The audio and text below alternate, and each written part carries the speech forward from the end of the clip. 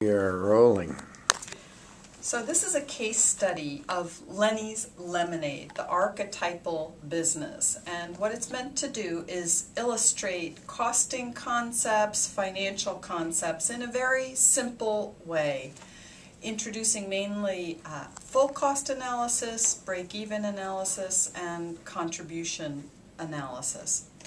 So before we start with the numbers, it's important when you look at an organization's costs to understand the organizational structure, because the way we manage organizations is through organizational units, and we try and gather the costs by organizational units so we can hold people responsible for the decisions they make in managing those units. So in Lenny's Lemonade we have the headquarters, and Lenny Reed is the CEO of Lenny's Lemonade. We have the first stand, that's on Boston Common, and it's run by Jennifer Smith. She is the stand attendant. And we have a second stand, which is Downtown Crossing, and Dan Holden is running that stand. The monthly expenses of Lenny's Lemonade are the first thing we're going to look at, and we get those from the accounting records. So first we have the salaries. Salary expense is often the largest expense in an organization. So we have Lenny, and he makes $2,000 a month. We also have the stand attendants, each of whom earns $1,000 a month for a total of $2,000.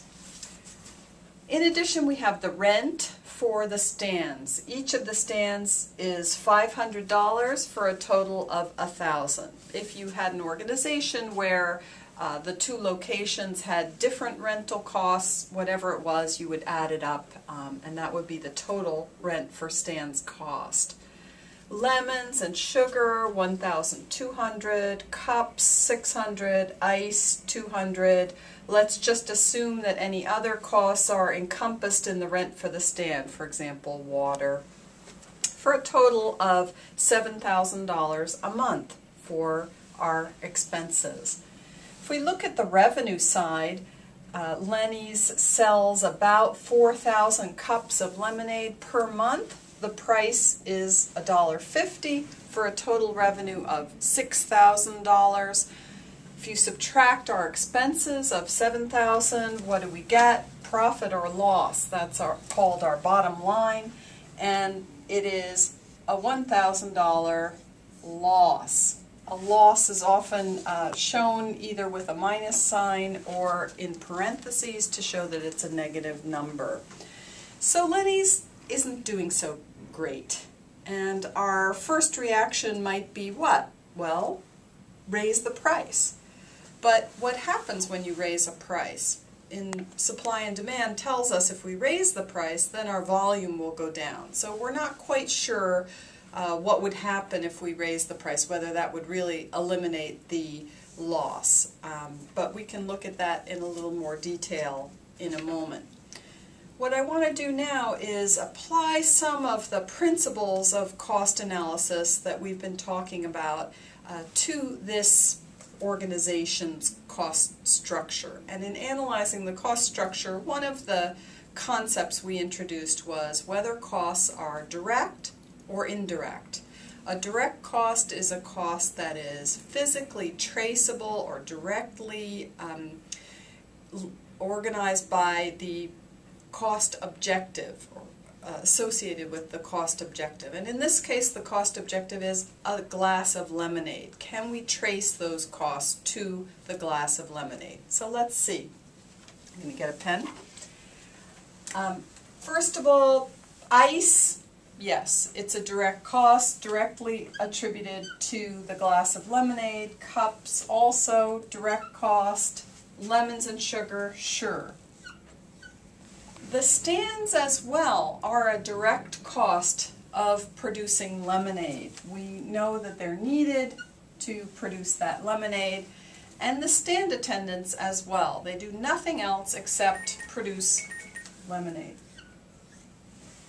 And finally we have Lenny. Lenny is an indirect cost. he is maybe associated with the cost of producing a cup of lemonade, but he's also doing other things like marketing, going to Chamber of Commerce meetings and networking, paying taxes, etc. So we'll call Lenny indirect. The other way of grouping costs that we talked about was fixed and variable. A variable cost varies directly and proportionately with volume. They're fixed and variable in relation to volume, whereas a fixed cost won't change if the volume goes up or down within a relative range of volume. So here is ice fixed or variable? It's a variable cost. One more cup of lemonade, we're going to use more ice. So we'll call that variable. The cups, also a variable expense. Lemons and sugar, sure, that's going to, if we make more cups of lemonade, we'll spend more on lemons and sugar. Rent for the stands, that's fixed. Whether we produce a lot of cups or a few cups, we still have to pay that rent. So that's a fixed cost. The stand attendants, also a fixed cost.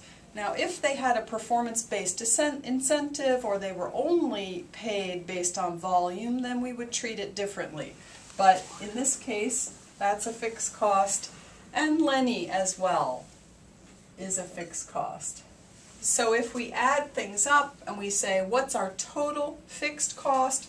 Our total fixed cost is these three things, or 5,000.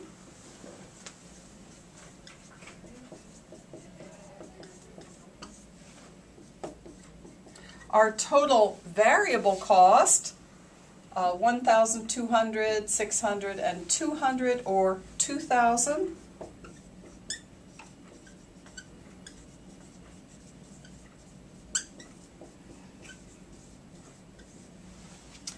And if we look at we have our total variable cost, we know what our volume was. It was 4,000 cups. So we can figure out a variable cost per unit. Our variable cost per unit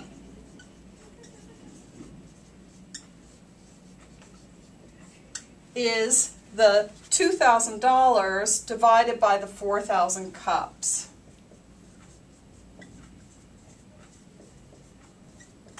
Or 50 cents per cup. We also can calculate our total direct cost, which is 5,000, 2 plus 1, and these numbers.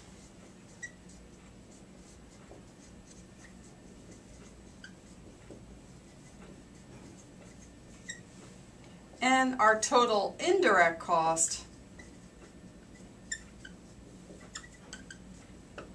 which is just Lenny's salary, which is 2,000. So this gives us a good idea of our cost structure. Now, what can we do with this information? What did we learn? Some of the kinds of cost analysis that we can do. Well, first of all, we can calculate the full cost of a cup of lemonade. The full cost, as we learned, is all of the direct costs plus a fair share of the indirect costs.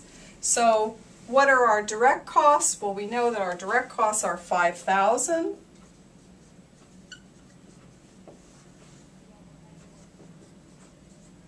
Plus a fair share of our indirect costs. Well, we're not producing anything except lemonade. So a fair share of the indirect costs is all of the indirect costs. If we were producing orange juice as well, we would say how much of Lenny's time maybe is associated with producing lemonade versus producing orange juice. But we're not having any other products, so we can attribute all of the indirect costs to to the lemonade. So the full cost is the $7,000. And if we divide that by the number of units again, the 4,000 cups, we get $1.75. So our full cost per cup is $1.75, and we're selling that lemonade at $1.50 a cup. So we're losing 25 cents per cup. But what we don't want to do is just raise the price, because that might reduce our volume and make us worse off. So, but it's important to know what our full cost is, and we'll work with that as we go on. Let me just take a moment and erase some of the board, and we'll go on and do one more kind of analysis, which is the break-even analysis. We have enough information to do that analysis as well. So if you remember, in a break-even, it is total revenue equals total cost, and we divide, total revenue is price times quantity equals the fixed costs plus the variable cost per unit times the number of units. So we're going to substitute in some things that we know. Our price is $1.50, and we're going to solve for X. We want to know the break-even volume, where for Lenny's Lemonade, our revenue will equal our costs. So we're solving for X. We know that our fixed costs, our total fixed cost, is $5,000. So say $5,000 plus our variable cost per unit, we calculated over here as 50 cents. And we're solving for X, as we said. So to do this, we subtract 0.5x, and we get X equals 5,000. So what we've seen here is that at 5,000 cups, Lenny's will break even. If we sold 5,000 cups, we can substitute that back in. $1.50 times 5,000 equals 5,000 plus 0.50 times 5,000. This will be 2,500.